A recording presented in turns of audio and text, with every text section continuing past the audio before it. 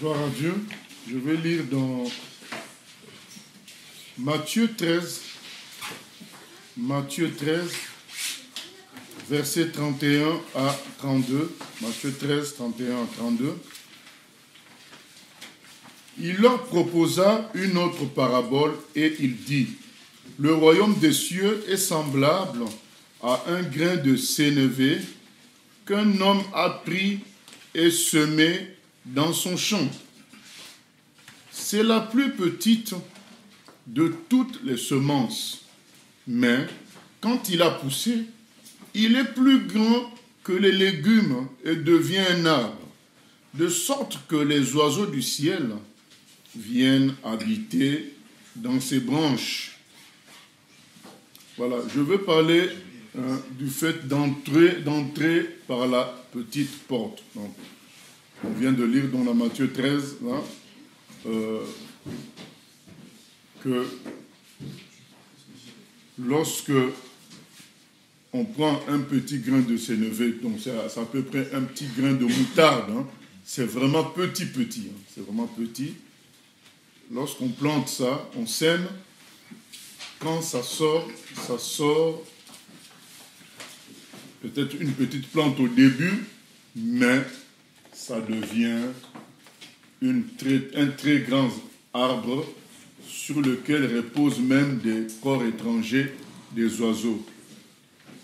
Dans les choses de Dieu, il faut accepter d'entrer par la petite porte. Entrer par la petite porte, c'est entrer en petit, entrer en inconnu. Voilà, c'est ça, entrer par la petite porte, parce que dans le langage commun, quand on dit entrer par la grande porte, c'est entrer en chef, en grand, en puissant, mais dans les choses de Dieu, il faut accepter d'entrer par la petite porte. Ce n'est pas seulement parce que Dieu seul doit être glorifié, mais c'est parce que Dieu connaît l'homme, il choisit de faire ainsi pour que l'homme ne tombe pas dans l'orgueil et qu'il fasse des choses et que lui-même se perde. Donc, habituellement, Dieu fera en sorte que nous entrions dans ses affaires, dans son travail, par la petite porte. Nous, les chrétiens, nous devons accepter cela. Et si on n'est pas encore chrétien, on doit comprendre cela. Dieu n'a pas besoin de notre grandeur. Dieu n'a pas besoin de notre puissance ou de notre fonction. Il a besoin qu'on s'humilie, qu'on s'incline pour entrer dans son œuvre, dans ses réalisations à lui. Et parfois, ça déstabilise beaucoup de chrétiens d'avoir l'impression d'être inutile, avoir l'impression d'être trop petit pour avoir de l'influence dans le travail de Dieu, et surtout quand ça traîne. Et on se dit, finalement, le plan de Dieu pour moi, c'est peut-être faire de la figuration. Bien sûr qu'on ne cherche pas le succès pour quiconque, mais nous savons que Dieu nous a promis qu'avec lui, nous ferons des exploits. Voilà. Et parfois, quand ça traîne, il y en a qui se découragent et qui adoptent des attitudes défaitistes ou de routine, où on s'habitue à un système et on reste là. Alors qu'avec Dieu, nous devons aller toujours de gloire en gloire. Dieu se prépare à faire de très grandes choses avec nous. Et Jésus le dit dans Jean 14, 12 à 14, « Ceux qui croiront en lui feront de grandes choses. Ils en feront de plus grandes même. » C'est grave qu'on puisse faire de plus grandes choses que ce que le Seigneur a accompli quand il était sur terre. Donc on voit quand même l'héritage qui nous est dévolu, on voit quand même l'avenir qui nous est présenté et proposé. C'est un grand avenir, pas pour la gloire de l'homme, mais pour la gloire de Dieu. Et maintenant, pour ceux qui disent, mais oui, mais ça fait longtemps qu'on attend cela, nous devons considérer que chaque jour est une entrée par la petite porte. Il ne faut pas regarder le nombre d'années d'attente, il faut regarder chaque jour. Il faut mesurer les choses par jour. C'est vrai, aujourd'hui encore, c'est une petite porte pour toi. Accepte d'y entrer. accepte de commencer faiblement avec Dieu. C'est très important. On entre par la petite porte, on commence faiblement, mais cette petite porte nous fait entrer dans le palais royal, dans le palais du grand roi. Et de ce palais, on ne sort pas faible, on ne sort pas par la petite porte, on sort par la grande porte parce qu'on est accompagné de toute une armée céleste. Et on entre faiblement, mais on est comme quelque chose qui gonfle, comme un ballon. Un ballon peut être tout petit, mais lorsqu'on commence à le remplir d'air, il peut devenir très grand jusqu'à transporter. Il y a certains ballons qui transportent des humains. Tellement ça grandit, ça peut transporter une grosse charge, ça peut transporter 5 personnes. On connaît le montgolfière, c'est ça. Mais au début, c'est un tissu, c'est quelque chose de petit qui paraît plat. Mais dès qu'on commence à gonfler ça, et ça devient grand et ça peut faire beaucoup de choses. C'est la même chose avec l'enfant de Dieu. Il peut paraître petit, mais dès que la puissance du Seigneur commence à gonfler l'enfant de Dieu, ça peut gonfler et devenir très grand et faire des exploits avec le Seigneur. Mais seulement, beaucoup de gens n'acceptent pas la petite porte. La petite porte, ce n'est pas juste un moment, ça peut être dans le temps. Beaucoup de gens veulent que tout de suite, les choses soient grandes et manifestes. Non, avec Dieu, ça ne se passe pas comme ça. On a pris l'exemple de ce grain de moutarde. C'est vraiment petit, puisque vous savez, il y a des moutardes qu'on vend, qu'on vend des moutardes qu'on appelle à l'ancienne. Il y a des grains encore. Une fois, il faudrait essayer ça pour voir la taille des grains. C'est vraiment petit. Et on nous dit que ça produit un arbre. Nous devons accepter le système de Dieu. Accepter d'œuvrer, d'entrer par la petite porte. Et nous avons un grand exemple pour nous, l'exemple du Seigneur lui-même. Le Seigneur est entré comment sur la terre? Il est entré dans une famille, par une famille de Nazareth, la partie la moins honorable des Juifs. Les vrais Juifs, c'était en Judée, c'était à Jérusalem et les environs. Et Jésus n'est pas né à Jérusalem.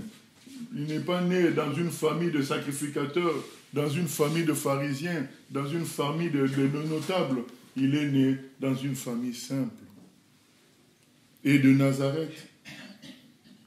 Il est né à Bethléem, finalement, physiquement. Il est... à cause du recensement, ils sont venus à Bethléem. C'est là qu'il naît. Et il naît dans une étable. Personne n'a su, mis à part quelques exceptions, comme les bergers, comme les mages venant de loin. Il y a eu quelques exceptions comme ça, parce que Dieu ne peut pas cacher sa gloire à tout le monde. Même s'il cache à la majorité, il va montrer à un petit groupe. Et quand Jésus naît, les Juifs ne sont pas au courant. C'est des étrangers qui sont au courant, quelques bergers sont au courant, et les anges sont au courant. Mais il naît incognito, dans une étable. Il entre par la petite porte dans l'œuvre de Dieu. Par la petite porte. Il va vivre 12 ans, inconnu. Et il y a eu une parenthèse au temple à l'âge de 12 ans, où il fait des exploits là-bas par la connaissance, mais reste quand même inconnu. Il se fait oublier encore pendant 18 ans environ pour commencer le ministère. Vous vous rendez compte, 30 ans, inconnu, le Fils de Dieu, Dieu lui-même, le Dieu de gloire. 30 ans, c'est la petite porte. Nous avons un exemple. 30 ans inconnu, et il commence le ministère comme ça, par la petite porte. Mais nous avons vu par la suite tout ce que Jésus a produit. Et même en produisant tout cela, chaque jour pour lui était un commencement d'une petite porte où il venait humblement comme un humain. Il faut se souvenir que Jésus est le Fils de Dieu, le créateur des cieux et de la terre. C'est lui. Il est écrit que tout a été créé par lui. Et pour lui, tout, c'est lui qui a créé. Donc chaque jour, il devait se lever le matin comme nous, quoi. Comme un humain, boire de l'eau comme un humain, vivre comme un humain. Chaque jour pour Jésus, c'était l'entrée par la petite porte. Chaque jour. Mais quand il œuvrait pour son papa, on voyait la grande porte se manifester. Mais chaque jour était une petite porte pour lui. Nous devons accepter ça, bien-aimé, dans l'œuvre de Dieu, dans le travail de Dieu. Entrer par la petite porte. Et Jésus-Christ va finir par la plus petite de toutes les portes, c'est par la mort à la croix. Comme un bandit rejeté par les gens qu'il vient sauver, trahi par ses amis. La plus petite de toutes les portes. Mais quand il en ressort, là c'est fini. Ça c'est... Il ne va plus rentrer dans une petite porte, là c'est fini. C'était la dernière petite porte, c'était à la croix. Quand il entre, il sort par la résurrection, hein, comme l'apôtre Pierre, le jour de sa prédication, il dit « Déclaré Seigneur avec puissance par sa résurrection ». Donc là, il sort par la grande porte, par la résurrection, déclaré Seigneur avec puissance par sa résurrection. Et jusqu'aujourd'hui, sa gloire se manifeste. Nous devons accepter le temps de la petite porte et le temps de faible commencement. Pendant ce temps-là, Dieu agit. Un autre passage complémentaire se trouve dans Zacharie 4. Zacharie 4.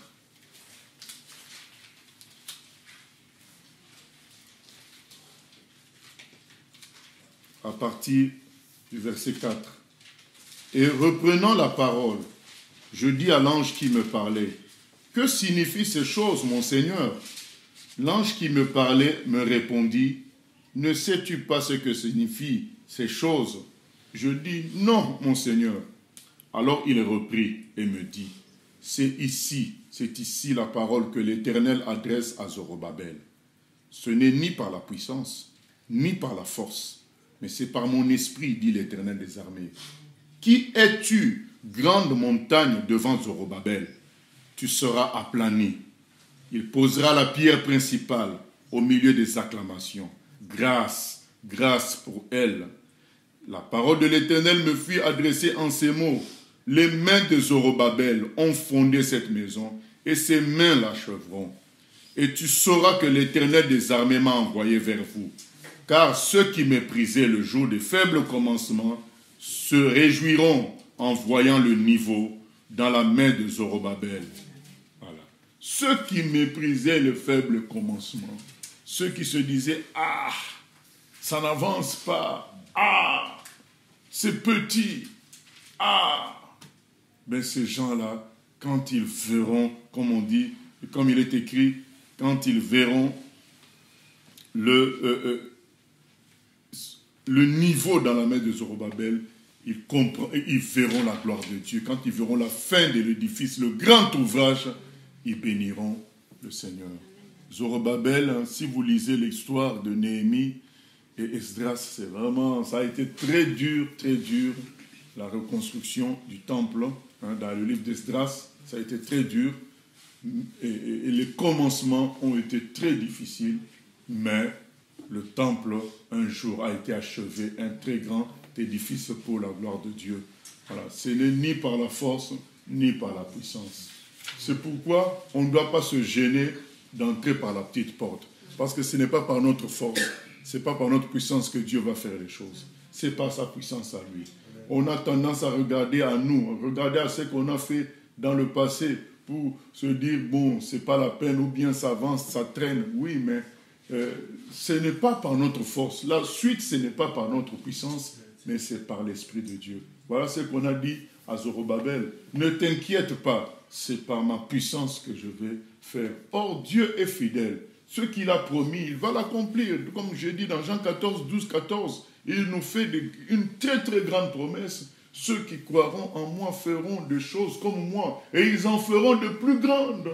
Puisque je m'en vais au Père, et tout ce que vous demanderez à mon nom, je vous l'accorderai. Et quelqu'un m'a dit, mais pourquoi ainsi? Pourquoi de plus grandes choses? Mais parce que quand Jésus monte au ciel, il est déjà passé par la croix. Étant passé par la croix, il a apaisé la colère de Dieu. Désormais, Dieu peut répandre sa grâce sur l'humanité d'une manière illimitée, sans frein.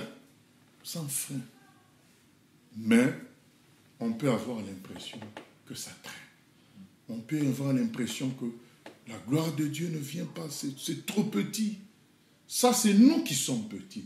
Et nous devons accepter ça. Mais chaque jour, quand tu ouvres la petite porte de Dieu, du palais royal, tu dis, Seigneur, c'est vrai que moi je suis petit, mais je viens implorer le grand Dieu, le véritable Dieu. Je viens implorer les grandes choses qui viennent de toi. Entrons par la petite porte sans hésiter et sans regret ni souci. Ce qui va compter, c'est notre fermeté dans notre foi.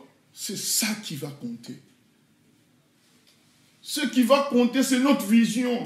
Quelle est la vision que nous avons de Dieu? C'est ça qui va compter. Fermeté dans la foi. Dieu a promis des choses, il va réaliser. Vision. Dieu nous a appelés, selon Jean 14, 12, 14, à faire des grandes choses, à sauver beaucoup de personnes, à aller faire de toutes les nations des disciples. Dieu nous a appelés à tout ça. Quand tu as cette vision, tu es ferme dans la foi. C'est ça qui compte. Tu entres dans la petite porte, mais pour t'adresser au grand Dieu. Bien-aimé, là, quand on entre dans la petite porte, c'est pour aller s'adresser à Dieu. Celui qui est entré par la grande porte, c'est pour s'adresser à qui? Au même Dieu. Il n'y a aucune différence. Si c'est dans ta chambre, c'est pour t'adresser à Dieu. Si c'est dans un grand bâtiment, c'est pour t'adresser à qui? À Dieu. Il n'y a aucune différence. Si tu n'es pas connu, tu t'adresses à qui? À Dieu. Si tu es très connu, tu t'adresses à qui? À Dieu. Donc, qui règle le problème? C'est Dieu. Du moment que nous tous, nous pouvons atteindre Dieu, acceptons d'entrer par la petite porte. Dieu sait pourquoi. Mais dans tous les cas, c'est fait pour nous aider à réaliser que c'est Dieu qui fait, et deuxièmement, à rester humble. Que personne ne nous déstabilise. Nous devons juste être persévérants. Saisir les projets du Seigneur qui sont exposés dans la parole. Persévérer dans la réalisation de ça. Mais c'est vrai que pendant la réalisation, on peut avoir l'impression que chaque jour on entre par la petite porte. Oui, d'accord, mais chaque jour on s'adresse au grand Dieu. C'est ainsi, bien-aimé. La petite porte nous donnera l'impression d'inutilité aussi. On aura comme l'impression d'être inutile. Mais c'est très bien. Afin qu'au moment où Dieu agira, on rendra gloire à Dieu seul. Nous ne devons pas être dérangés par la sensation d'inutilité. C'est Dieu qui va agir. Nous, on doit être fermes. Je le redis encore, fermes dans la foi et conscients des objectifs de Dieu, dans les projets de Dieu. Fermes dans la foi et dans les projets de Dieu, dans la vision divine. Mais quand on entre par la petite porte, c'est vrai, on se sent inutile, mais on a vu ce que le grain de sénévé devient. C'est pas grave, je me sens inutile, mais c'est Dieu qui agira. On doit toujours compter sur Dieu et rappeler à Dieu sa vision, rappeler à Dieu ce qu'il a promis de faire. Joseph est entré par la petite porte. Il venait de la prison. Il entre dans le palais royal en venant de la prison. Je crois qu'on a dû le laver rapidement, essayer de le coiffer pour qu'il se présente devant le roi. Il venait de la prison, mais pour devenir qui? Premier ministre. Il a attendu combien? Environ 20 ans. Depuis qu'il avait eu la vision du Seigneur, qu'il serait le chef de sa famille, le chef d'une grande nation. Il a attendu des années. Mais il a gardé la vision. Comment on sait que Joseph a gardé la vision? Parce qu'il n'est pas entré dans le péché. Il ne s'est pas compromis. Il est resté fidèle à Dieu. Donc il tenait à Dieu toujours. Il tenait à la vision divine. Et on a vu ce que ce qu'il est devenu. Mais chaque jour, il entrait par la petite porte. D'abord, jeté, rejeté par les frères. Ensuite, jeté dans un trou. Vendu en esclave. Petite porte. Mais en communion avec le grand Dieu. C'est ça qui compte, bien-aimés. Ne perdons pas la vision, ne perdons pas la foi. Il faut les deux. Qu'est-ce qu'on cherche? Si on veut vraiment sauver le plus grand homme sur terre, Dieu nous exaucera. 1 Jean 5, 14, 15 nous dit, si nous demandons quelque chose selon sa volonté, il nous écoute. Et si nous écoute, nous avons la chose, quelle qu'elle soit. 1 Jean 5, 14, 15. Vouloir que toute l'humanité soit sauvée, mais c'est selon la volonté de Dieu. Parce qu'il est écrit dans 1 Timothée 2,5 qu'il veut que tous les hommes soient sauvés et parviennent à la connaissance de la vérité. Donc c'est dans la volonté de Dieu. Dieu nous exaucera. C'est à nous de ne pas lâcher la vision. Et le diable va te dire, mais ta présence dans la réunion de prière, ça n'a pas de grand poids. Les autres sont là. Ce n'est pas la peine d'y aller. Tu es fatigué. Ta présence, bon, ne compte pas trop. Ou bien, mais, oh, si tu es absent aujourd'hui, mais tu vas te rattraper un autre jour. Alors que tu peux. Mais tu te dis, est-ce que ça va changer quoi? Ça va changer grand-chose. Parce que Dieu, c'est comme ça qu'il agit. Il utilise les faibles choses pour produire des grandes choses. Parce qu'il faut se dire que si tout le monde raisonnait comme toi, mais qui va travailler pour Dieu? Personne. Il faut que chacun, même s'il se regarde comme petit, comprenne que Dieu a besoin de ce petit-là. Il faut quand même inclure, parce que l'arbre que produit le grain de moutarde ne sortira pas tout seul, bien-aimé. Il faut qu'un courageux se dise, ce grain-là peut produire et qu'il sème. Ce grain-là, c'est aussi toi et moi. On paraît petit, parfois inutile, parfois fatigué, parfois mal en point. Mais il faut quand même que ce grain-là entre par la petite porte. Il faut quand même y entrer. Parce que si tu restes dehors en te disant, ben, ça, on me fait entrer par la porte de la cuisine, tout ça, mais... Oui, mais c'est la porte de la cuisine du grand roi. Donc il y a d'autres portes qui vont t'amener jusqu'à lui. En disant, mais je reste dehors, je ne vaux rien, je ne pèse pas. Ah, ben, c'est comme ça que l'œuvre de Dieu traîne. Parce qu'il y a des gens qui calculent. Ils se disent, mais c'est petit. Ta prière à la maison, Satan va te dire, oh, il n'y a que toi qui pries. Les autres ne prient pas. Ça n'a pas de poids.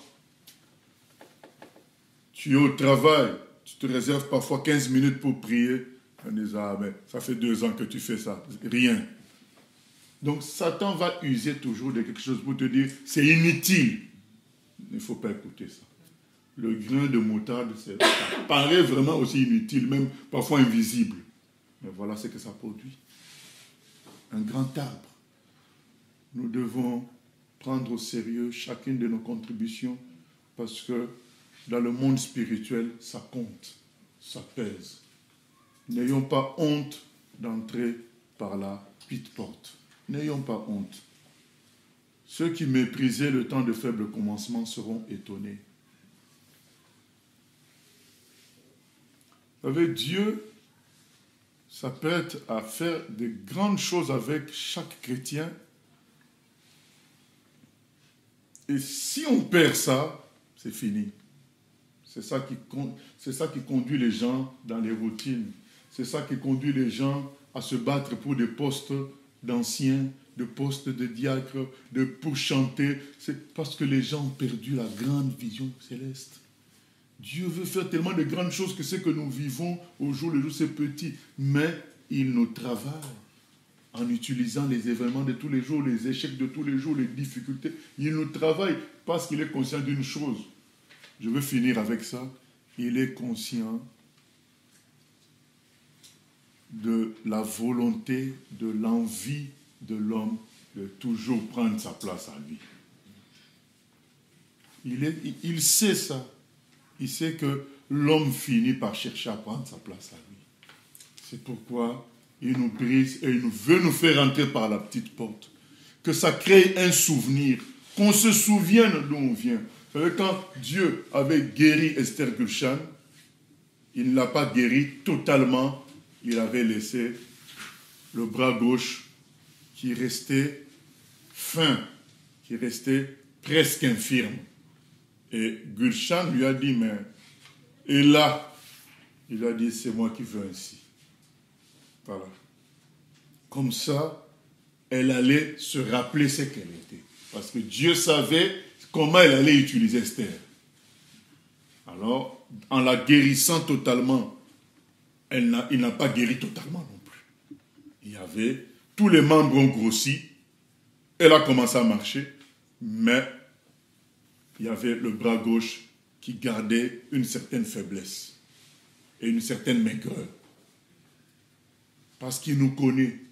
Après on dit, c'est mon œuvre, c'est à moi, c'est moi qui ai fait, c'est moi qui ai aidé. Pour éviter cela, il nous fait entrer par la petite porte.